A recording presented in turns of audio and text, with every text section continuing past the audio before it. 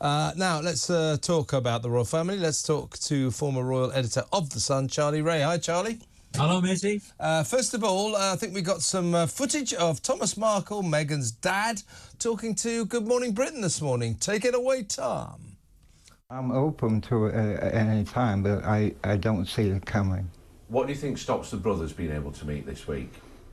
He's not open to peaceful solutions, I don't think. And I don't think Meghan is either, so unless they're both on board, nothing's going to happen. Well, Charlie, this is Thomas Markle, obviously. He lives in Mexico, talking directly to Good Morning Britain there by the magic of Zoom or camera, whatever it is. He's not over here. But once again, and we've heard this from him many times, he's begging Meghan, and for that matter, Harry, who he's never met his son-in-law, he's begging them to let him see his grandchildren. And he points out quite rightly that in California, if he wanted to, he could legally sue them to be allowed to see his own grandchildren. But he's not going to go down that route.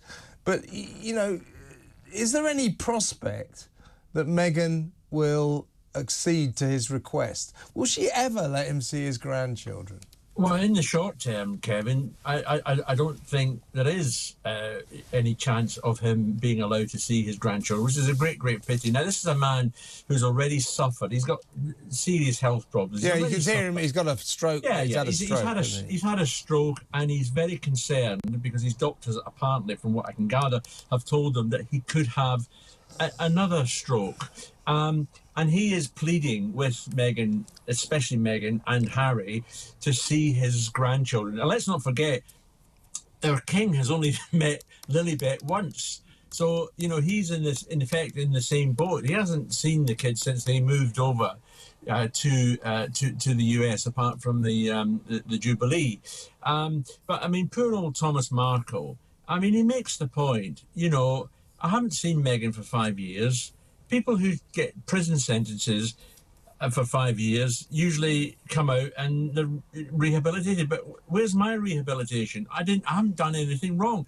And he's absolutely right. And it's still a mystery as to why Meghan especially has cut him off. And again, it always stuns me, as I know it does you, the fact that he's never actually met his son-in-law and has only spoken to him, to the best of my recollection, twice on the telephone. Yeah, and in effect, what this adds up to is that, you know, he's the heir to the throne, and fifth in line or whatever he is.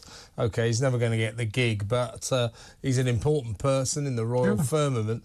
And he has this really, really weird marriage that excludes all of Meghan's side of the picture, you know, and that's strange. And you know, you don't really want a member of the royal family to have a weirdo marriage, do you? It also excludes most of Harry's side of the family. Well, to be fair, they're not seeing anyone, those kids. These two have set up a situation where I don't want anybody, just get them out of the way, you know, we're on our own.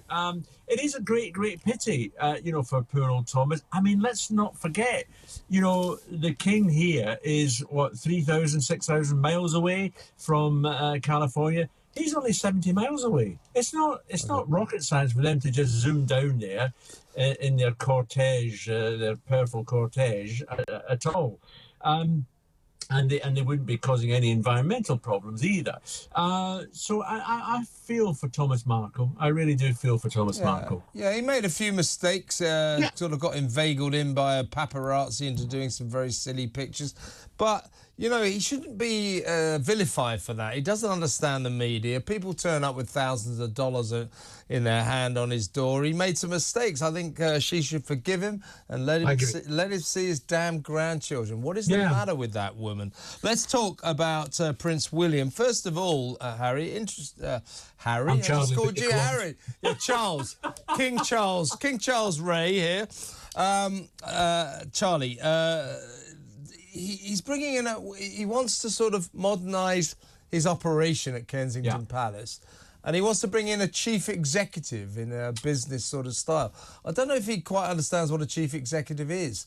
Chief executives answer to shareholders, but interesting that he doesn't find the way the royal family operates now satisfactory, modern enough. No, you're absolutely right. He is breaking the mold, because you've got too many men that his mother and he and Harry as well have criticised, the grey men in the grey suits who seem to be running things in the background. Now, he wants a chief executive, whether it's a man or a woman, to come in, grab hold of the reins and take control, and he would be over the private secretaries. And this is quite a departure, and it's certainly on the basis of the future for the royal family as well. You know, there's always a saying at Buckingham Palace, it's a bit of an internal joke, that the background people at the palace still operate using Windows 1066. and it's very much like that. Now, he and Catherine want someone in there who can run the operation properly. We're not talking about shareholders or anything like that, but they want the operation run properly. They want to get it out of the hands of these backroom people who, in effect, interfere more than they don't in the running of the royal family. Absolutely. Last question, Charlie. At the weekend, or towards the end of last week, 4 government ministers flew to Scotland to see Charles in Dumfries House to discuss climate change.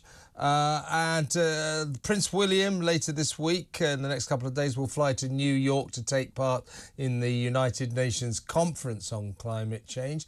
I thought members of the royal family were supposed to stick out of politics. If you want to go there blanging on about climate change and saving the planet, that is political. And I think Charlie and William have got to work this out. This is not acceptable. I think particularly the King has scored an own goal here with this visit by these 4 people, because I've had a look round to actually find out what actually happened at this so-called meeting. And from what I can gather, these 4 people flew up there, did nothing, and flew back again. And he wanted them up there on the Friday because Charles was having a party at Dumfries House to mark the 50th anniversary of the sale of it. And then the next day, he takes a plane down to Doncaster to watch the Gee-Gees, which his horse didn't perform terribly, and goes back again.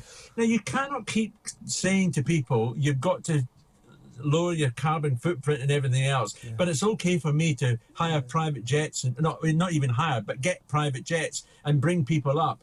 Do as I say, not what I do. And that hypocrisy is not...